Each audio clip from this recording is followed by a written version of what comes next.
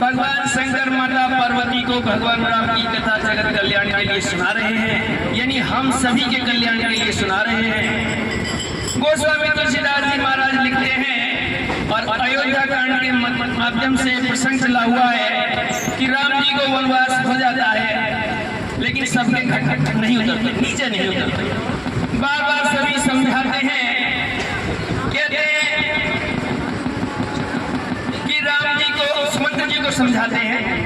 जब सुमंत जी भगवान राम को रथ पर चढ़ाकर गंगा पार छोड़ के आने की बात थी, तो सुमंत जी को समझा रहे हैं ऐसा करना कि वन दिखा करके गंगा स्नान करा करके दोनों भाइयों को तुरंत लौटा ले आना।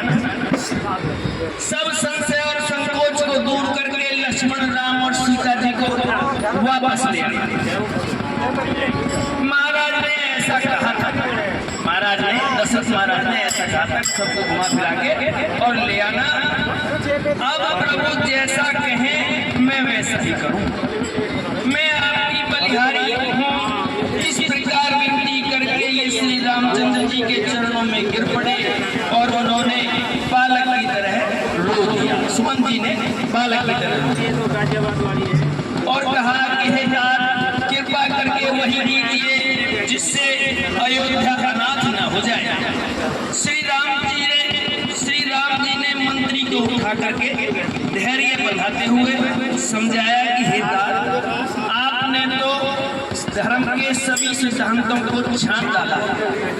शिवदत्ती जी और राजा हरिचंद्र ने धर्म की रक्षा के लिए करोड़ों अनेकों कष्ट सहन किए थे। बुद्धिमान राजा रंतिदेव और बलि बहुत से संकट सहकर के भी धर्म को पकड़े रहे, उन्होंने धर्म का परित्याग नहीं किया। भगवान राम को समझाते हैं कि इतने महापुरुष हुए, उन्होंने इतनी बड़ी परेशानी कठिन तपस्या आने के बाद भी उन्होंने धर्म से अधर्मित नहीं हुए, वो टिके नहीं। तुम तो अपनी बात ठीक कह रहे हो, लेकिन उन्होंने करोड़ों कष्ट सह करके भी धर्म की रक्षा की। ऐसे भगवान राम उसको समझाते हैं। कहते हैं भगवान राम, वेद शास्त्र और पुराणों में कहा गया है कि सत्य के समान कोई दूसरा धर्म नहीं है।